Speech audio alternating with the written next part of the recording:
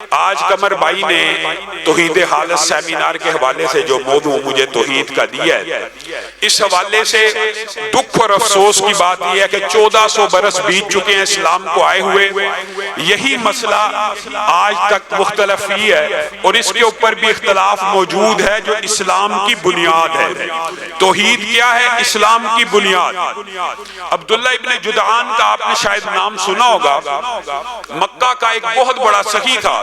اس کا واقعہ طویل ہے، مختصر بات یہ ہے کہ اس کو ایک غار میں سے سونا ملا، وہ اس غار میں سے سونا اکٹھا کر کے لاتا رہا، جمع کیا اور اس سارے کے سارے مال کو لوگوں کی فلاح و بہبود کے لیے استعمال کرنے لگا۔ یہ کوئی چھوٹی نیکی ہے، یہ کوئی چھوٹا عمل ہے، یہ کوئی چھوٹا کام ہے۔ خود رسول اللہ صلی اللہ علیہ وسلم ارشاد فرماتے ہیں، عبداللہ ابن جدعان نے لوگوں کو کھانا کھلانے کے لیے، اس کی کو تھوڑی کم کر دیں، لوگوں کو کھانا کھلانے کے لیے اتنی بڑی دیگ بنائی تھی، اتنی بڑی دیگ بنائی تھی کہ میں محمد صلی اللہ علیہ وسلم مکہ کے اندر تپتی دوپہر میں، سورج جب اپنے عروج پہ ہوتا تھا، نصف النہار پہ ہوتا تھا، تو اس دیگ کے سائے میں بیٹھ جاتا تھا تو میرے پہ سورج کی کرنیں نہیں تھی پڑتی، اتنی بڑی دیگ بنائی تھی۔ امی عائشہ نے رسول اللہ صلی اللہ علیہ وسلم سے ایک مرتبہ پوچھ لیا، اے اللہ کے رسول، عبداللہ ابن جدعان کیا ہوا؟ اس کی نیکیوں کا کیا بنے گا؟ اس کے نیک اعمال کا کیا بنے گا؟ اس کی فلاح و بہبود جو اتنی اس نے انسانیت کی خدمت کی، 1000 سوٹ حاجیوں کو پنایا کرتا تھا، اتنی بڑی دیگ تھی کہ جس کے سائے میں آقا خود آرام فرما رہے ہیں سورج کی روشنی سے چھپنے کے لیے۔ اس کی نیکیاں کیا ہوئی؟ تو رسول اللہ صلی اللہ علیہ وسلم نے کہا، اس نے کبھی یہ نہیں تھا کہا کہ اللہ قیامت کے دن میری خطاؤں کو معاف کرے، اور اس نے لات منات اور عزا کے ساتھ اللہ رب العزت کو شریک ٹھہرایا، اس کی ساری نیکیاں ضائع چلی گئی۔ اس دنیا کے اندر اس کا جو نام ہے یہی اس کی نیکی کا بدلہ ہے۔ آج بھی 1400 برس بیت گئے، عبداللہ ابن جدعان کا نام تو لیا جاتا ہے، لیکن اس کو اس کے نیک اعمال نے فائدہ نہیں پہنچایا۔ محدثین کا، مفسرین کا، علماء کا، جن کا ہمارے ساتھ اختلاف ہے، ان کا بھی اس بات کے اوپر اجماع ہے کہ کسی بھی عمل کی قبولیت کی پہلی شرط توحید ہے، اخلاص ہے، اللہ رب العزت کے ساتھ شرک سے پاک ہونا ہے۔ جن کے ساتھ اختلاف ہے ان کا عقیدہ اور اجماع بھی یہی ہے کہ توحید کے بغیر کوئی عمل قابل قبول نہیں ہے۔ اللہ کے بندو، وہ توحید کی کون سی قسم ہے، یا توحید کا کون سا نقطہ ہے، یا توحید کا کون سا جز ہے جس کا ہمارا آپ کا اختلاف ہے؟ آج میرے دیوبندی، بریلوی، جتنے بھی مسلمان بھائی ہیں، انہوں نے تعصب کے بغیر چند باتوں کو سمجھنا ہے۔ ہم اللہ رب العزت کی جب شان کو بیان کرتے ہیں، پورا قرآن بھی بھرا ہوا کہ نہریں چلتی ہیں، پودے اگتے ہیں، پھولوں کے رنگ ہیں، پھل ہیں، ہر انڈے میں سے مختلف جانور نکلتا ہے۔ یہ اللہ کی شان ہے، اللہ کی ربوبیت ہے، یہ بیان ہونی چاہیے۔ لیکن یہی بیان کرتے رہنا، اور یہ بیان ہونی چاہیے، بات سمجھیے، لیکن صرف یہی بیان کرتے رہنا کہ دیکھیں ہوائیں لہلہا رہی ہیں، فصلیں لہلہا رہی ہیں، گلوں کے کیسے رنگ ہیں، کیسی فضا ہے، کیسی خوشبو ہے، کیسی معطر فضائیں ہیں، کیسی لہریں ہیں، کیسا سمندر ہے، کیسا اللہ رب العزت کا سسٹم ہے، چشمے ہیں، جھرنے ہیں، آبشاریں ہیں، پہاڑ ہیں، انڈے ہیں، کھیت ہیں، کھلیان ہیں، انار ہیں، کیلے ہیں۔ یہ باتیں بیان ہونی چاہیے، اور اللہ رب العزت کی توحید ربوبیت یہاں سے ثابت بھی ہوتی ہے۔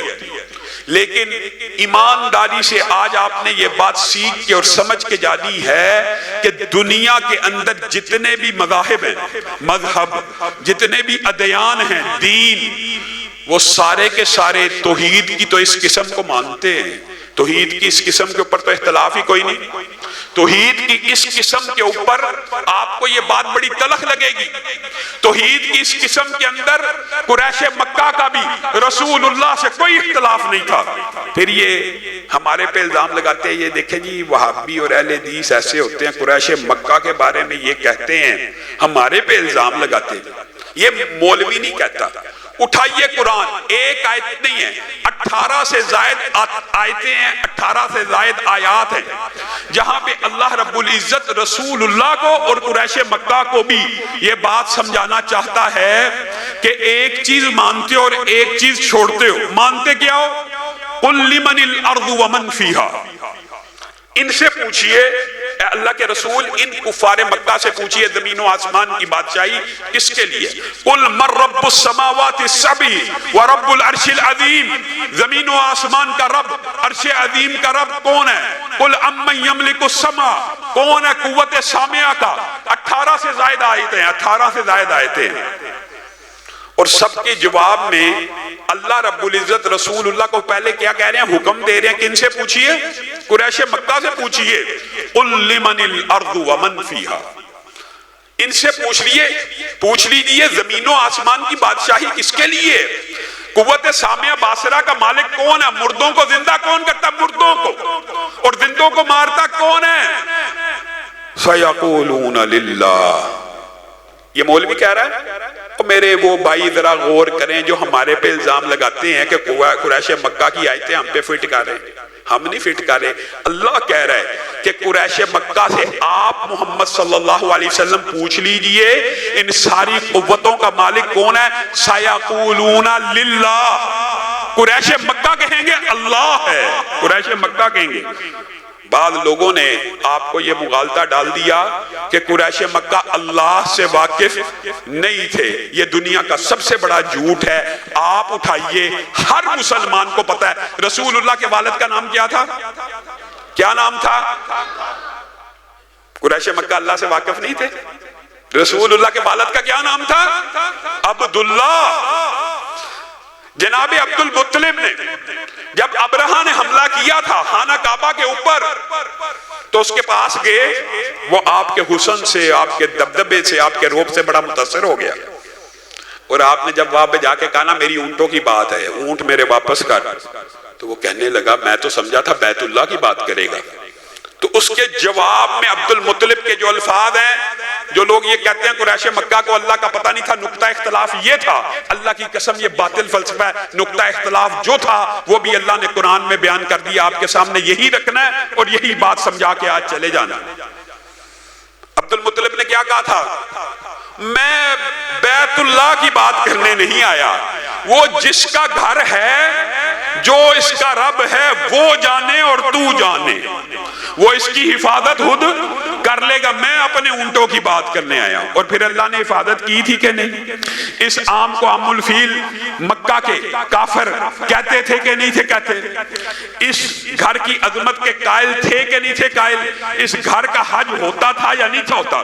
ایک بات سمجھ لیجئے، ایک بات سمجھ لیجئے، یہ جو توحید ربوبیت ہے، ہم میں سے، آپ میں سے ہر شخص یہ جانتا ہے کہ بچہ، یہ بچہ چھوٹا ہے، عمر کم ہے، قد چھوٹا ہے، جب اس کی عمر بڑھ جائے گی قد بڑا ہو جائے گا۔ آپ ناخنوں کو کاٹیں گے، کچھ عرصے بعد ناخن بڑے ہو جائیں گے، بالوں کو کاٹیں گے، کچھ عرصے بعد بال آ جائیں گے۔ یہ تربیت کا سارا سسٹم، یہ نشو نما کا سارا انداز پوری کائنات کے اندر کون چلا رہا ہے؟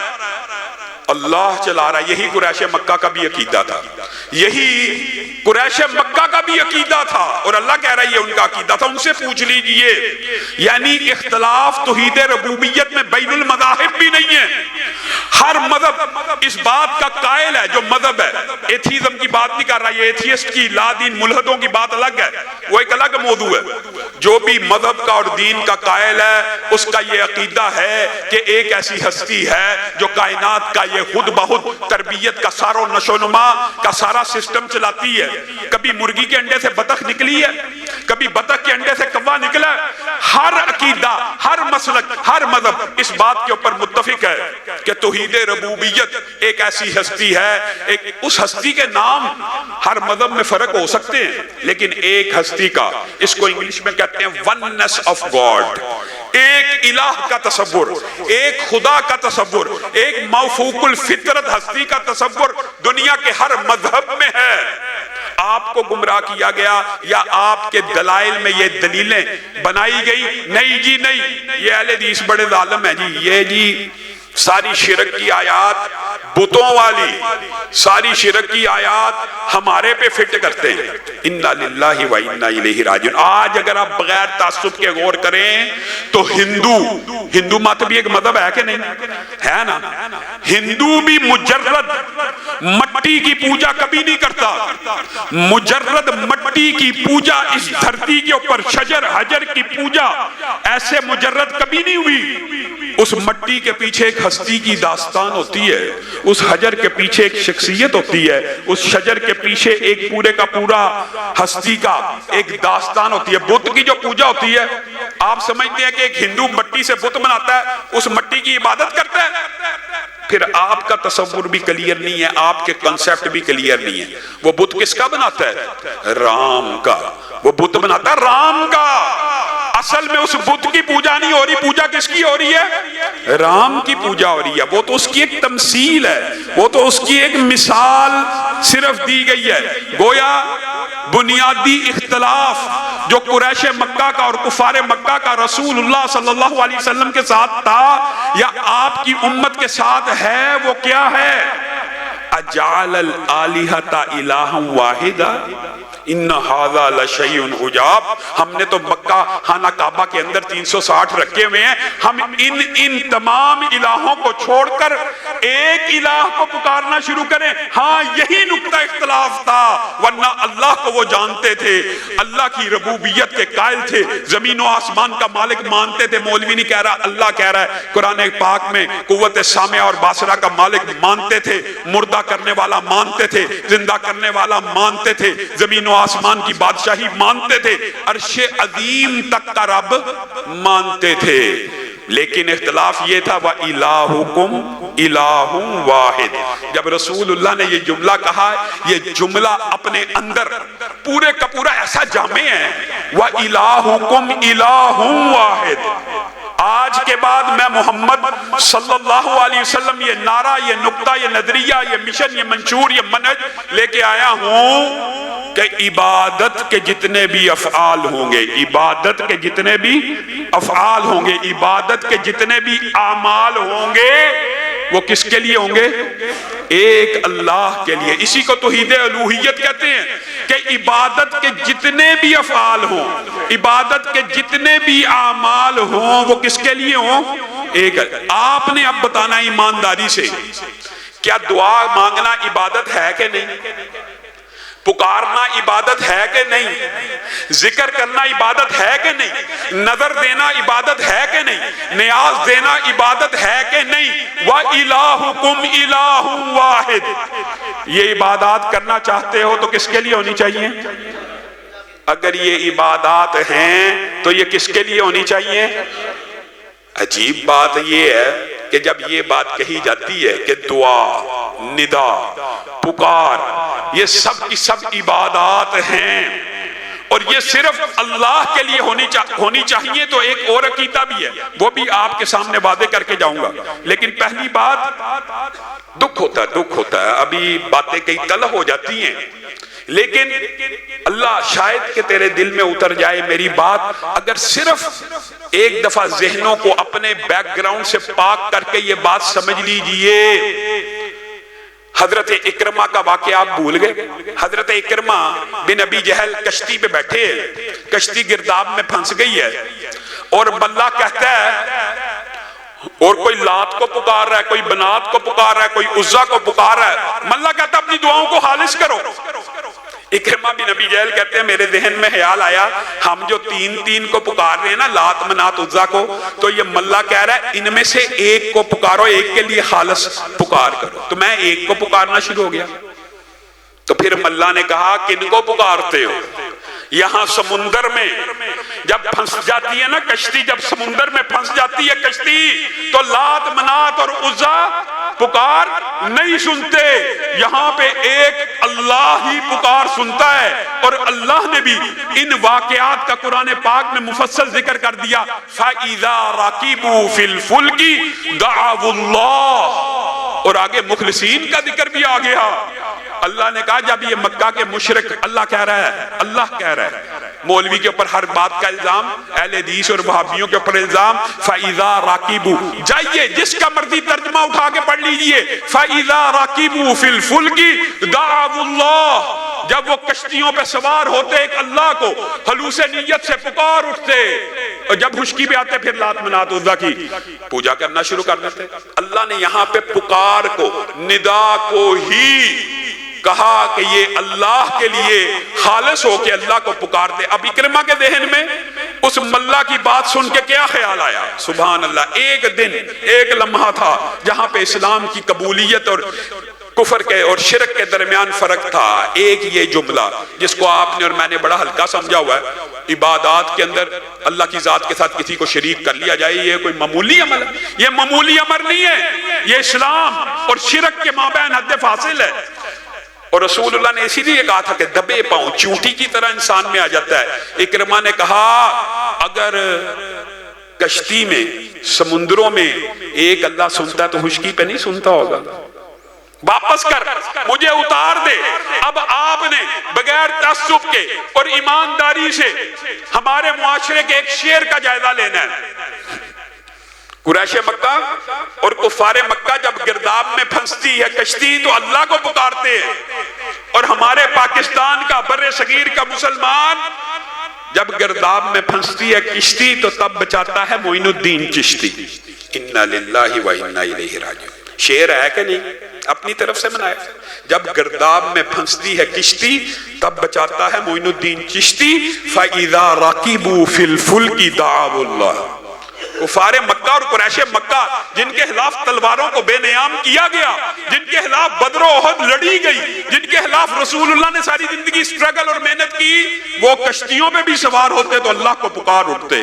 آج کا مسلمان کلمہ گو مسلمان جب گرداب میں پھنستی ہے کشتی تب بچاتا ہے معین الدین چشتی۔ میں اور آپ اپنے گریبانوں کو ٹٹولیں، اور فلسفہ یہ گڑا ہوا ہے۔ جائیے قرآن پاک کی صرف 2 آیتیں اگر آج آپ یہاں سے یہ سیکھ کے چلے جائیں تو میں سمجھتا ہوں میرے آنے کا مقصد بھی پورا ہو جائے گا۔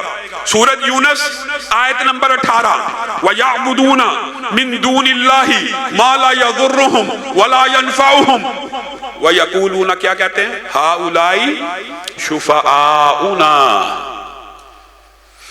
جو اللہ کے علاوہ یہ عقیدہ رکھتے ہیں نا، اللہ کے علاوہ عبادت، اللہ نے کہا، میں نے نہیں کہا، مولوی کا فتویٰ بھی نہیں ہے۔ جائیے جس مرضی کا ترجمہ اٹھا لیجئے، سورۃ یونس آیت نمبر 18، جائیے جس کا مرضی ترجمہ اٹھا لیجئے۔ وَيَعْبُدُونَ مِن دُونِ اللَّهِ، اللہ کے علاوہ عبادت کرتے ہیں۔ اللہ نے کس کام کو عبادت کہا ہے؟ جو کام اللہ نے عبادت کہا ہے وہ اللہ نے ذکر کر دیا۔ وَيَقُولُونَ، اور وہ کہتے ہیں هَؤُلَاءِ شُفَعَاؤُنَا، اور وہ کہتے ہیں کہ ہم اصل میں ان کی عبادت نہیں کر رہے، یہ ہمارے سفارشی ہیں اللہ کے ہاں۔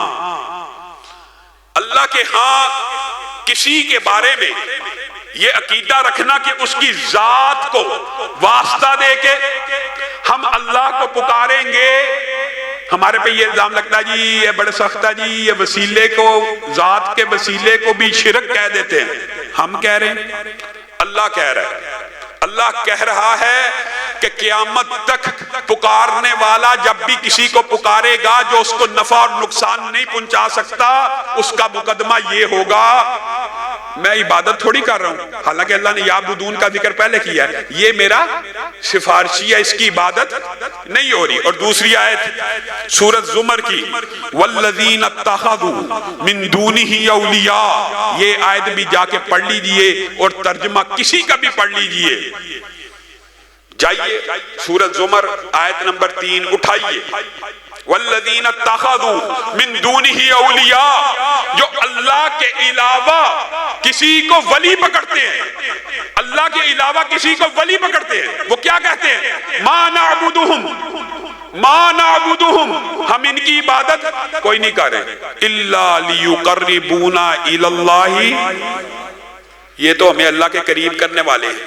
قیامت تک شرک کی بنیاد اللہ کہہ رہا ہے یہی ہوگی، جب بھی کسی کو شرک سے روکا جائے گا وہ یہی کہے گا ہم ان کی عبادت نہیں کر رہے، یہ اہل حدیث ہم پہ الزام لگا رہے ہیں جھوٹا، ہم ان کی عبادت کرتے ہی نہیں۔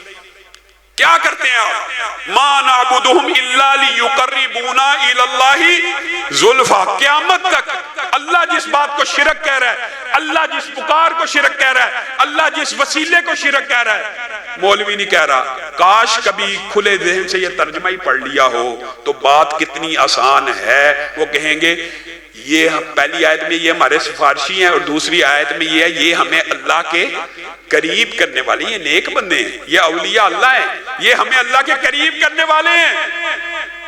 عقل پہ کیسا پردہ ہے؟ بات آئی ہے ضمنی طور پہ تو یہ بھی عجیب بات ہے، عقل پہ ایسا پردہ ہے۔ اللہ کہہ رہا ہے میں قریب ہوں، وَإِذَا سَأَلَكَ عِبَادِي أَنِّي فَإِنِّي، اللہ کہہ رہا ہے میں قریب ہوں۔ اللہ نے کہا کہ نہیں قرآن میں قریب ہوں؟ مولوی کیا کہے گا؟ اللہ دور ہے۔ اللہ کہہ رہا ہے میں قریب ہوں، مولوی کہے گا دور ہے۔ اللہ کہہ رہا ہے میں قریب ہوں، مولوی کہے گا دور ہے۔ اللہ کہہ رہا ہے نحن اقرب الیہ من حبل الورید، میں آپ کی شہرگ حیات سے بھی زیادہ قریب ہوں۔ نہیں اللہ بڑا دور ہے۔ اللہ تک پہنچنے کے لیے ایک واسطہ، وسیلہ، سیڑھی، پوڑی، ایک ایسا ذریعہ طریقہ چاہیے۔ عقل پہ پردہ دیکھا کیسا ہے کہ زندہ ولی اللہ بھی ہو، اس مسجد میں بیٹھا ہو، باہر کی آواز نہیں سن رہا، جب تک زندہ رہے باہر کی گفتگو نہیں سن رہا، امریکہ سے براہ راست نہیں سن رہا، کینیڈا سے براہ راست نہیں سن رہا۔ اللہ اکبر، ہم نے اللہ کی قدر نہیں کی۔ ما قدر اللہ حق کا قدری، وہ اللہ کون ہے؟ الحی القیوم، جو رب الحی ہے، القیوم ہے، قریب ہے، اور کہہ رہا اجیب دعوت الداعی اذا دعان، جب بھی کوئی پکارنے والا مجھے پکارتا ہے میں اس کو جواب دیتا ہوں۔ مولوی کہتا ہے کوئی نہیں دیتا، کسی نہ کسی ذریعے کی ضرورت ہے۔ اللہ کہتا ہے میں دیتا ہوں، میں قریب ہوں۔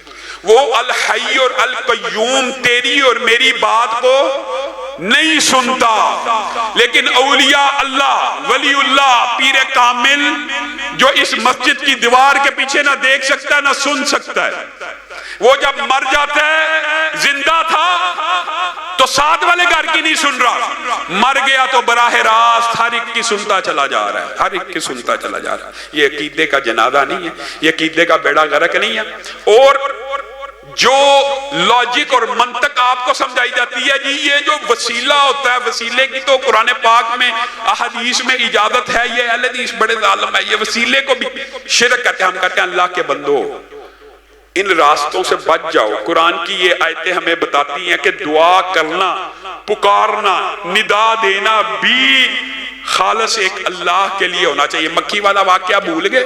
ایک بندے نے مکھی کو تو قربان کیا تھا، وہ ابدی جہنم میں چلا گیا، ایک نے نہیں تھا کیا، وہ جنت میں چلا گیا۔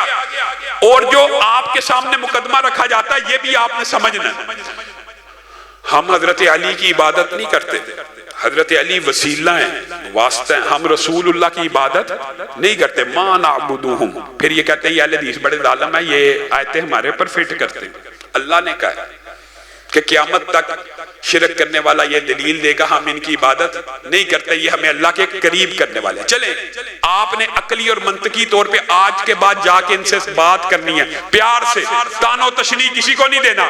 ہمارا کام تان و تشنیع اور ایک کو کافر اور ایک کو مشرک بنانا نہیں ہے، بلکہ اگر سمجھ آ جائے کسی کے اعمال میں شرکی افعال ہیں اس کو اپنے قریب کیجئے، اس کی اصلاح کی کوشش کیجئے، اس کو جنت میں لے کے جانا کہ جہنم میں پھینک کے جانا۔ امت کا کردار یہ ہے اس کی جنت کے لیے تگ و دو کریں، اس کو جنت میں لے جانے کے لیے سٹرگل اور محنت کرے۔ آج کے بعد آپ نے بھی جا کے سوال کرنا ہے۔ کہہ دینا ہمارے ایک مولوی نے ہمیں بات بتائی ہے، آپ کہتے ہیں کہ ہم ان کی عبادت نہیں کرتے، ہم ان کو نہیں پکارتے، بلکہ یہ ہمیں اللہ کے قریب کرنے والے ہیں۔ ایمانداری سے بتائیے، یہی فلسفہ ہے نا وسیلے کے موضوع کے اوپر، یہی سب سے بڑی دلیل ہے کہ ہم نہ رسول اللہ کی عبادت کرتے ہیں نہ حضرت علی کی عبادت کرتے ہیں، ہم ان کے ذریعے اللہ سے مدد مانگ رہے ہوتے ہیں۔ یہ اپنے دعوے میں بھی جھوٹے ہیں۔ وجہ یا علی مدد اور یا رسول اللہ مدد میں کون سا واسطہ اور وسیلہ ہے؟ یا علی مدد میں تو براہ راست حضرت علی سے مدد طلب کی جا رہی، یا رسول اللہ مدد میں تو براہ راست رسول اللہ سے مدد طلب کی جا رہی ہے، یہاں پہ وسیلہ ہے یا واسطہ ہے؟ یہ تو براہ راست یا ہے۔ اور پھر یہ بھی بات یاد رکھ لیجئے، آپ نے علماء سے سنا ہوا، بات کو لمبا نہیں کرتا، بات کو آگے بڑھانا جو ایک جز سب سے خطرناک ہمارے معاشرے میں، وسیلے کے ہم بھی قائل ہیں، لیکن اس وسیلے کے جس کی اجازت رسول اللہ صلی اللہ علیہ وسلم نے دے دی یا قرآن و حدیث سے ثابت ہے۔ وَلِلَّهِ الْأَسْمَاءُ الْحُسْنَى، اللہ کے خوبصورت نام ہیں، ان کے ذریعے اللہ کو پکارا جائے، یہ وسیلے کی جائز قسم ہے، قرآن سے ثابت ہے، متعدد دلائل ہے۔ اے اللہ تو خالق ہے، اے اللہ تو مالک ہے، اے اللہ تو رازق ہے، رزق دے دے، یہ وسیلے کی جائز قسم ہے۔ تو رزاق ہے، رزق دے، تو شفا دینے والا شفا دے، تو خزانے دینے والا خزانہ دے۔ اللہ ہی کو، اللہ ہی کے ناموں کا واسطہ دینا، وسیلہ، یہ جائز شرعی ہے جو قرآن و سنت سے ثابت ہے۔ اور دوسرا جو آپ نے اور میں نے بچپن میں بھی پڑھا، سب کو پتا، علماء سے آپ نے سیکھ لیا، غار والوں کا مشہور قصہ ہمارے نصاب میں موجود تھا کہ 3 آدمی غار میں پھنس گئے، تینوں نے کیا کیا تھا؟ اپنے اپنے نیک اعمال کا واسطہ دیا تھا۔ اپنے اپنے کا دیا تھا کہ دوسرے کا دیا تھا؟ اپنے اپنے نیک اعمال کا واسطہ دیا ہے۔ اگر اللہ یہ نیک کام آپ سمجھتے ہیں میں نے آپ کی رضا کے لیے کیا، یہ میری مشکل دور کر دی جائے، یہ بھی وسیلے کی جائز قسم ہے، اپنے نیک اعمال کا واسطہ دینا۔ ہمارے ہاں وسیلے کے اندر انتہائی مبالغہ ہے، نیکی کوئی کرے، واسطہ اس کی نیکی کا اللہ کو دیا جائے۔ نیکی کسی نے کی ہے اور اس کی نیکی کا واسطہ اللہ کو دیا جا رہا ہے، جبکہ وسیلے کے اندر کیا ہوتا ہے؟ اپنی نیکی کا واسطہ دیا جائے۔ اللہ رب العزت میں نے یہ رمضان کے 30 روزے اگر سمجھتے ہیں آپ کی رضا کے لیے رکھے ہیں، میرا یہ کام کروا دیجئے، کوئی بھی نیکی کا آپ اللہ کو واسطہ دے سکتے ہیں۔ اور تیسری بات جو بنیادی طور پہ سمجھنے کی ضرورت ہے اور جس کی وجہ سے اختلاف بہت بڑھ چکا ہے، وہ یہ ہے کہ کسی آپ زندہ نیک انسان کے پاس جائیں یا کسی بھی ایسے آدمی کے پاس جائیں جس کے بارے میں آپ سمجھتے ہو یہ اللہ سے دعا کرے گا تو اللہ اس کی دعا کو رد نہیں کرے گا، اس سے آپ جا کے دعا کروا سکتے ہیں۔ یہی وہ نقطہ ہے جہاں پہ اختلاف ہے۔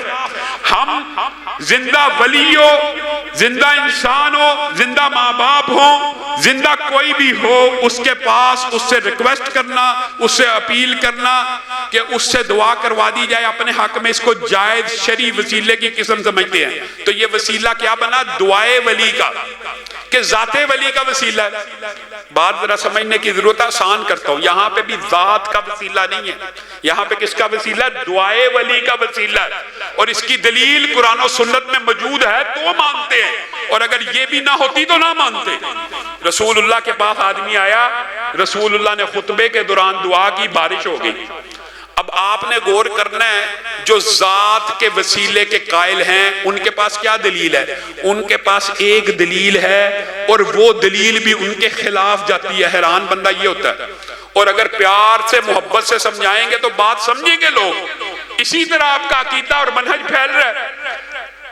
یہی واقعہ حضرت عمر کے دور میں ہوا، قحط پڑ گیا، بارشیں بند ہو گئی، پھر ایک شخص آیا اور آ کے کہنے لگا مال ہلاک ہو گئے، راستے مسدود ہو گئے، بند ہو گئے، یہ ہو گیا وہ ہو گیا، اے عمر آپ اللہ کی بارگاہ میں دعا کر دیجئے تاکہ اللہ تعالیٰ بارش کو برسا دے۔ اللہ تعالیٰ ہم سب کو مسجد النبی کی زیارت نصیب فرمائے۔ جو مسجد النبی گیا سب جانتے ہیں کہ ممبر رسول سے روضہ رسول کتنے فاصلے پہ ہے؟ چند گز کے فاصلے پہ، چند میٹر کے فاصلے کے اوپر ہے۔ حضرت عمر ممبر رسول پہ کھڑے ہیں۔ اگر ذات کا وسیلہ جائز ہوتا، شرعی ہوتا تو صحابہ سے تو ثابت ہونا چاہیے، اور حضرت عمر ممبر رسول کے اوپر کھڑے ہو کے کہہ دیتے اللہ تجھے تیرے رسول کا واسطہ ہے، تو بارش کو برسا دے۔ یہ بات بڑی سمجھنے کی ضرورت ہے، اور ذات کے وسیلے کی جو دلیل ہے وہ حقیقت میں ان کے خلاف جاتی ہے اور ہمارے حق میں جاتی ہے کہ دعائے ولی کا وسیلہ یہاں پہ بھی وہ کیا؟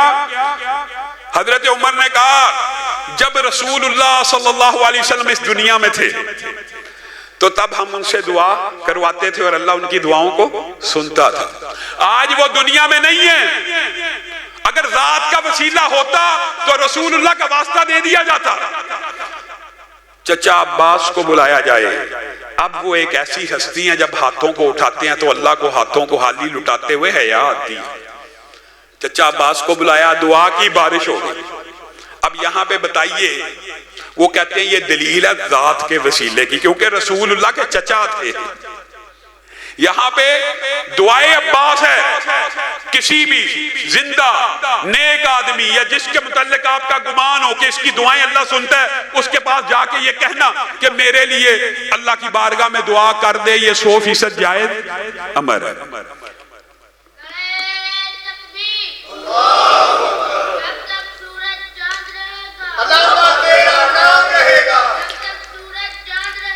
وزر سامعین گرامی قدر, لیکن اس دو توحید کی قسموں کا علماء نے ابلاغ کیا. اللہ کا شکر ہے بہت سے لوگوں کو یہ بات اب سمجھ آنا شروع ہو چکی ہے, اور اللہ کرے لوگوں کے لیے یہ باعث ہدایت بن جائے. یہ دلائل مشکل نہیں ہے, آپ میں سے ہر ایک کو یاد ہو, کوئی مسئلہ نہیں. لیکن اچنبے کی اور دکھ کی بات یہ ہے, جو دکھ کی بات ہے وہ یہ ہے, وہ توحید کی تیسری قسم ہے, اور سب سے زیادہ افراد اور تفرید توحید کی اس قسم میں پایا جاتا ہے. الوہیت میں بھی پایا جاتا ہے, لیکن افراد و تفرید توحید کی اس قسم میں پائی جاتی ہے. اور آپ حیران رہ جائیں گے کہ توحید کی اس قسم میں مدارس کے اندر, میں کسی کو تان و تشنیع یا کسی کا نام لینا نہیں چاہتا, لیکن میں ان سے یہ اپیل کرنا چاہتا ہوں, آپ اپنے نصاب کی کتب کو اٹھائیے, وہاں پہ عقیدے کے چیپٹر کا آغاز کیجئے. ایک نصاب کی ابتدا میں لکھا ہے اللہ معاذ اللہ. بندہ حیران رہ جاتا ہے, اللہ رب العزت ان کی ہم نے کیا قدر کرنی ہے, یا اللہ رب العزت کی قدر ہم نے کیا کی ہے. مدارس کے نصاب میں پڑھایا جا رہا ہے, مدارس کے علماء کے نصاب میں نہ اللہ آگے ہے نہ پیچھے ہے, نہ اوپر ہے نہ نیچے ہے, نہ دائیں ہے نہ بائیں ہے, نہ متصل ہے عالم کے نہ منفصل ہے عالم سے. معاذ اللہ ہے ہی نہیں. اس کا لغوی ترجمہ اگر کیا جائے تو صوفیوں کی اصطلاح میں معاذ اللہ, میں ان کے الفاظ بھی نقل کرتے ہوئے ہمارے تو جسم کام جاتے ہیں, تو ایک گورکھ دھندا ہے. اللہ کے بارے میں کہہ دینا کہ تو ایک گورکھ دھندا ہے, تجھے سمجھا نہیں جا سکتا, نہ آگے ہے نہ پیچھے ہے, نہ اوپر ہے نہ نیچے ہے, نہ دائیں ہے نہ بائیں ہے, نہ متصل ہے عالم کے نہ منفصل ہے عالم سے. اور دوسروں کا عقیدہ کیا ہے, پہلے صفحے پہ عقیدہ پڑھایا جا رہا ہے اللہ آگے بھی ہے پیچھے بھی, اوپر بھی ہے نیچے بھی, دائیں بھی ہے بائیں بھی, متصل ہے عالم کے منفصل ہے عالم سے.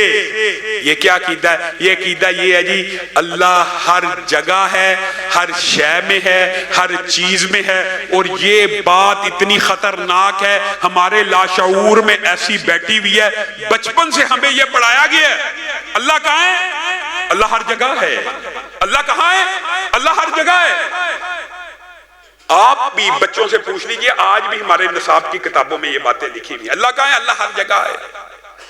ایک کہتا ہے اللہ ایک گورکھ دھندا ہے, اللہ کو پہچاننا بڑا مشکل ہے, وہ صوفیہ کی شاعری میں شاید مل جائے, لوگوں کے دلوں میں شاید مل جائے, اولیاء کے ذہنوں اور مراقبوں میں شاید مل جائے. اور دوسرا کہتا ہے ہر چیز میں اللہ ہے, ہر جگہ میں اللہ ہے, حاضر ناظر اللہ, شاہد موجود اللہ. یہ افراد و تفرید نہیں ہے. قرآن پاک ان دونوں عقیدوں کے بارے میں کیا کہتا ہے, الرحمن علی العرش استوى. اللہ نہ تمہارے باطل عقیدوں اور صوفیوں کے گورکھ دندوں میں ہے, نہ ہر شے اور مخلوق میں ہے. الرحمن علی العرش استوى, اللہ رب العزت اپنے عرش کے اوپر متمکن ہے جیسے ان کی شان کے. الرحمن علی العرش استوى. سبحان اللہ. میں اور آپ عیسائیوں کے ساتھ اگر حقیقت مانی, آج کھولیے بات, ہم تو آپس میں بیٹھے ہوئے نا, عیسائیوں کے اوپر بڑا غصہ ہے. عیسیٰ کو ابن اللہ کہہ دیا, عیسیٰ کو الہ کہہ دیا, عیسیٰ کے ساتھ یہ کر دیا, عیسیٰ کو اللہ کا بیٹا بنا دیا. تو نے کیا کیا, میں نے کیا کیا. ہر شے میں اللہ ہے, ہر چیز میں اللہ ہے, ہر جگہ میں اللہ ہے. یہ عقیدہ اتنا خطرناک ہے, بیٹے سے بھی غلط عقیدہ ہے. آج اگر آپ اس عقیدے کو کھولیں تو آپ کو سمجھ آئے گی یہ ہے کیا. اللہ جو کہنا چاہتا ہوں آپ تک ڈیلیور کر سکوں, رسول اللہ صلی اللہ علیہ وسلم کو ہم نے کیا کہا؟ عیسائیوں نے تو کہا عیسیٰ ابن اللہ تھے، اللہ نے کہا اتنی کڑوی اور گندی بات ہے، زمین آسمان ختم ہو جائیں، اس سے بھی سخت بات ہے، مجھے گالی دیتے ہو کہ رحمان نے بچہ پکڑا؟ اور ہم نے کیا کیا؟ ہم نے کہا جو تھا عرش پہ خدا ہو کر اتر پڑا مدینہ میں مصطفیٰ ہو کر۔ ہم نے کیا کم ظلم کیا؟ علماء نے ابلاغ کیا، اس اسماء و صفات کی توحید کو سمجھیے، علماء نے ابلاغ کیا۔ اللہ کے بندو یہ کیا کہہ رہے ہو؟ لَقَدْ خَلَقْنَا الْإِنسَانَ فِي أَحْسَنِ تَقْوِيمٍ، اللہ نے انسان کو سب سے اشرف المخلوقات بنایا۔ کرمنا بنی آدم کی آیت، حضرت آدم کا واقعہ سب کو پتہ ہے۔ حضرت آدم کو تمام کی تمام نورانی مخلوق نے سجدہ کیا کہ نہیں کیا؟ عبادت کا سجدہ تھا کہ تعظیم کا سجدہ تھا؟ شرف کا سجدہ تھا، اشرف المخلوقات ہونے کا سجدہ تھا، تعظیم کا سجدہ تھا، احسن تقویم کا سجدہ تھا، یہ نہیں کہ آدم کی عبادت کا سجدہ تھا۔ عقیدہ ظاہر کیا کہ قیامت تک اشرف المخلوقات اگر ہوگا تو بشر ہوگا اور نورانی مخلوق اس سے کمتر ہوگی۔ علماء نے ابلاغ کیا، اللہ کے بندو یہ کیا عقیدہ لے پھرتے ہو اور کیوں کہتے ہو؟ اور میں ان کو تانا نہیں دیتا، میں سمجھتا ہوں حقیقت میں انہوں نے بھی عزت اور احترام کے ساتھ رسول اللہ کو نور کا مقصد یہی تھا، اور ان کے ذہن میں یہ ہے کہ نور شاید بشر سے افضل ہے، تو وہ یہ چاہتے ہیں نبی کو نور کہو تو شاید نبی کا درجہ بڑھ جاتا ہے، جبکہ حقیقت یہ ہے بشر کا درجہ اعلیٰ ہے۔ ہم رسول اللہ کو بشر اس لیے کہتے ہیں کہ ہم یہ سمجھتے ہیں تمام مخلوقات میں سب سے افضل مخلوق بشر ہے، اور تمام بشر میں سے سب سے افضل اگر کوئی ہے تو رسول اللہ صلی اللہ علیہ وسلم۔ دونوں کا عقیدہ حسن نیت موجود ہے، ہم بھی بشر کو افضل سمجھ کے کہتے ہیں، وہ بھی نور کو افضل سمجھ کے کہتے ہیں، لیکن علماء نے ابلاغ کیا، علماء نے تبلیغ کی اور ان کو سمجھایا نور افضل نہیں ہے۔ علماء مان گئے، ان کے بہت سے علماء مان گئے، یہ ایک لمبی چوڑی ہسٹری اور ڈیبیٹ ہے۔ جب وہ علماء مان گئے کہ بشر افضل ہے تو انہوں نے کہا یہ کیا ہوا؟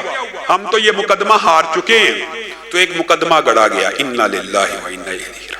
اپنے مقدمے کو سچا ثابت کرنے کے لیے ایک مقدمہ گڑا گیا کہ بے شک نورانی مخلوقات قرآن و سنت کے دلائل کے مطابق جبریل امین جو فرشتوں کے سردار ہیں، اگر ان کو بھی تعظیمی سجدے کا آدم کو حکم ہوا تو نورانی مخلوق تو افضل نہ ہوئی۔ پھر انہوں نے کیا کہا کہ ایک نور ایسا ہے، ایک نور ایسا ہے جو بشر سے افضل ہے، وہ کس کا نور ہے؟ اللہ کا نور ہے۔ انہوں نے کیا کہا؟ نور من نور اللہ، بے شک سارے نور بشر سے کمتر ہیں، لیکن نور من نور اللہ یعنی اللہ کا جو نور ہے وہ تو بشر سے افضل ہے۔ انہوں نے تو یہ کہا تھا کہ ہر چیز میں اللہ ہے، ہر مخلوق میں اللہ ہے، اور انہوں نے یہ کہا نور من نور اللہ، رسول اللہ اللہ ہی کی نور کا حصہ ہیں، اللہ ہی کا جز بنا دیا۔ عیسائیوں نے عیسیٰ کو اللہ کا بیٹا بنا دیا، اور ہم نے کچھ کمی کی، ہم نے رسول اللہ کو اللہ بنا دیا۔ اللہ تعالیٰ نے اس مقدمے کو بھی قرآن میں بیان کر دیا۔ سبحان اللہ۔ عقیدے کا کوئی مسئلہ ایسا نہیں ہے جو قرآن پاک میں بیان اور واضح طور پہ اللہ نے رد نہ کر دیا ہو۔ وَجَعَلُوا لَهُ مِنْ عِبَادِهِ جُزْءًا، اللہ کے بندوں میں سے بعض کو اللہ کا جز بنا دیا، اللہ کا جز بنا دیا۔ نور من نور اللہ، اللہ ہی کے نور کا قل هو اللہ احد اللہ الصمد لم یلد ولم یولد ولم یکن له کفوا احد۔ اللہ کے بندو، رسول اللہ نے اس مقدمے کو خود سمجھایا، خود سمجھا کے گئے، اور وہ جس آیت سے سمجھا کے گئے ہیں، اللہ کی قسم اگر یہ آیت میری اور آپ کی کھوپڑی اور دماغ میں آ جائے، یہ توحید فی الاسماء و صفات اور شرک کے سارے مقدمے زمین بوس ہو جائیں۔ رسول اللہ کو آپ نے اللہ کا جز بنا دیا، اور صوفیوں نے تو ہر چیز کو اللہ بنا دیا، اور صوفیوں کی دوسری قسم پہ اللہ کو گورکھ دندہ بنا دیا۔ یہ ہم نے اپنے رب کی قدر کی ہے، یہ ہم اپنے رب کے توحید کے قائل ہیں۔ اللہ رب العزت کی اسماء و صفات یہ ایک اتنا عظیم باب ہے کہ میں یہ سمجھتا ہوں کہ ہر طالب علم کو یہ پڑھنا چاہیے۔ رسول اللہ یہ مقدمہ حل کر کے گئے، اور اللہ نے حل کروایا۔ کیا کہا؟ قل آپ کہہ دیجئے ان کان للرحمن ولد، قل ان کان للرحمن ولد، قل ان کان للرحمن ولد، اگر اللہ کا کوئی بیٹا ہوتا، اگر رحمان کا کوئی بیٹا ہوتا، اگر رحمان کا کوئی بیٹا ہوتا فانا اول العابدین، تو میں محمد صلی اللہ علیہ وسلم سب سے پہلے اس کی بھی عبادت کرتا۔ گویا اللہ کا اگر بیٹا ہو وہ بھی عبادت کے لائق ہے، تم نے اللہ کا جز بنا دیا تو وہ عبادت کے لائق نہیں ہے۔ کہاں گئی الوہیت، کہاں گئی توحید فی الاسماء والصفات؟ تم نے خالق کو مخلوق میں ڈال دیا۔ خالق مخلوق سے جدا ہے، خالق خالق ہے، بعد از خدا بزرگ توئی۔ قصہ مختصر، رسول اللہ خالق نہیں ہے، مخلوق ہے، عبداللہ ہیں۔ یہ الگ بات ہے کہ کائنات میں جتنی مخلوقات ہیں ان میں سے افضل ہے اللہ کے بندو، اللہ کے بندو۔ جب بھی 19 آیات ہیں قرآن پاک میں، 19 آیات جس میں اللہ رب العزت کی جہت بیان ہوئی ہے۔ جہت، یہ بات ان کو بڑی عجیب لگتی ہے۔ یہ جی اللہ کے جی یہ ہاتھ مانتے ہیں، جی اہل حدیث اللہ کے کہتے ہیں ہاتھ ہیں۔ اچھا جی اللہ کے ہاتھ مانگنے سے، اللہ نے کہا قرآن پاک میں کہ اللہ کے ہاتھ ہیں؟ ہاتھ مانگنے سے جی تشبیہ لازم آتی ہے۔ یہ دیکھیں جی انسان سے مشابہت ہو گئی، انسان کے بھی ہاتھ ہے، اللہ کے بھی ہاتھ ہے۔ اللہ نے اس باطل فلسفے کا رد 1400 سال پہلے کر دیا۔ لیس کمثلہ شیء، لیس کمثلہ شیء وہو السمیع البصیر۔ اللہ نے کہا کہ وہ سنتا بھی ہے اور دیکھتا بھی ہے۔ اب اعتراض کرنے والا یہ بھی تو کر سکتا ہے انسان بھی دیکھتا اور سنتا ہے، انسان بھی تو دیکھتا سنتا ہے۔ یہاں پہ تشبیہ نہیں آئی، یہاں پہ بھی تشبیہ آ رہی ہے۔ اگر ہاتھوں میں تشبیہ آ رہی ہے تو یہاں پہ نہیں آ رہی۔ انسان دیکھتا ہے کہ نہیں، انسان سنتا ہے کہ نہیں؟ تو اگر انسان کے دیکھنے اور سننے اور اللہ کے دیکھنے اور سننے سے مشابہت لازم نہیں ہے تو اللہ اور انسان کے ہاتھ کی آپس میں مثال آپ نے گڑی ہوئی ہے۔ اللہ کے ہاتھ ماننے سے کیسے تشبیہ دینے سے لازم ملزوم ہو جاتی ہے؟ یہ بھی سن لیجیے۔ اللہ کی لیس کمثلہ شیء میں اس کا جواب ہے، اللہ کے ہاتھ ہیں جیسے اس کی شان کو لائق ہے۔ اللہ کے بندو، اللہ کی مخلوقات کے ہاتھ ایک جیسے نہیں۔ میرے ہاتھ اس صوفے کے ہاتھوں سے نہیں ملتے، اس صوفے کے ہاتھ کرسی کے ہاتھوں سے نہیں ملتے، کرسی کے ہاتھ بطخ کے ہاتھ سے نہیں ملتے، بطخ کے ہاتھ چونٹی کے ہاتھ سے نہیں ملتے۔ مخلوقات میں ہاتھوں کا اتنا تنوع ہے، تو اللہ تعالیٰ کے ہاتھ ہیں جیسے اس کی شان کو لائق ہے، اس کے جیسی کوئی لیس کمثلہ شیء۔ ہمارا عقیدہ ہے جو اللہ تعالیٰ نے اپنے بارے میں اس بات کیا اس کو ماننا ہے۔ جیسے سمیع البصیر کا اس بات آپ بھی ماننے کے اوپر مجبور ہو جاتے ہیں۔ اور یہاں پہ بھی مشابہت اور تشبیہ لازم نہیں آتی۔ اس کی کیا دلیل ہے؟